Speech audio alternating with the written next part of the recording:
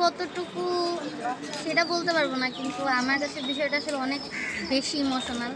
কারণ আমি যখন ভোট দিতে যাই, আমি হয়তো মানে অনেক কিছুই ভাবছিলাম।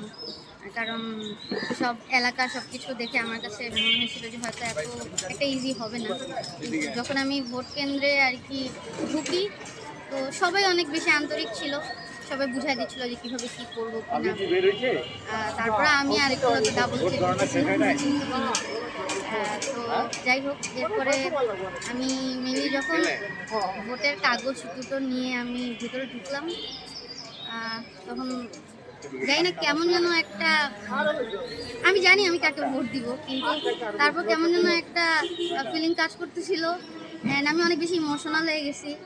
আর আমি আল্লাহর কাছে দোয়া করছি সবার আগে, যে আল্লাহ, আমি এমন মানুষকে ভোট দিতে যাচ্ছি যে আমার সামনের 5 বছর এবং আমাদের ভবিষ্যৎ প্রজন্ম যারা আসবে, মানে তাদের সব কিছুই হয়তো অনেকটা জিনিসই তার উপর ডিপেন্ড করবে।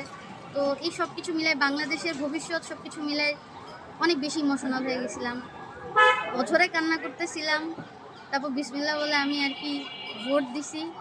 ভোট দুইটা দেওয়ার পরে যখন বের হইলাম, আমার কাছে সব কিছু নর্মাল লাগছে। এরপরে হচ্ছে কয়েকটা কেন্দ্রে গেছি, সেখানেও আমার কাছে সব কিছুই নর্মাল লাগছে। আর যারা যারা দায়িত্ব পালন করতেছেন, যারা যারা ভলেন্টিয়ার ছিলেন, সবাই চমৎকার ছিল। সবাই সবার জায়গা থেকে ভালোই ছিল, কোনো সমস্যা নেই। আর তারপর হচ্ছে সেনাবাহিনীদেরকে আমরা দেখছি, ওরা হচ্ছে লাস্ট মোমেন্টে মেবি 4টা সাড়ে 4টার দিকে এসে হচ্ছে ওনারা সবাইকে চলে যেতে বলছে। তারপরেও অনেক মানুষ রয়ে গেছে, অনেকেই হয়তো চোখ দিয়ে নজরদারি করতেছে, অনেকের মনে তাও একটা পজিটিভ ভাইব আসতেছে যে হ্যাঁ, হয়তো এবার অনেক ভালো হতে যাবে।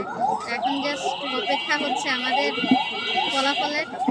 আর যদি মানে হ্যাঁ জিতে যায়, হ্যাঁ ভোট যদি জিতে যায়, আমরা যাদের চাই তারা যদি জিতে যায়, তাহলে আমার মনে হয় বাংলাদেশ জিতে যাবে। আচ্ছা, তাহলে আপনি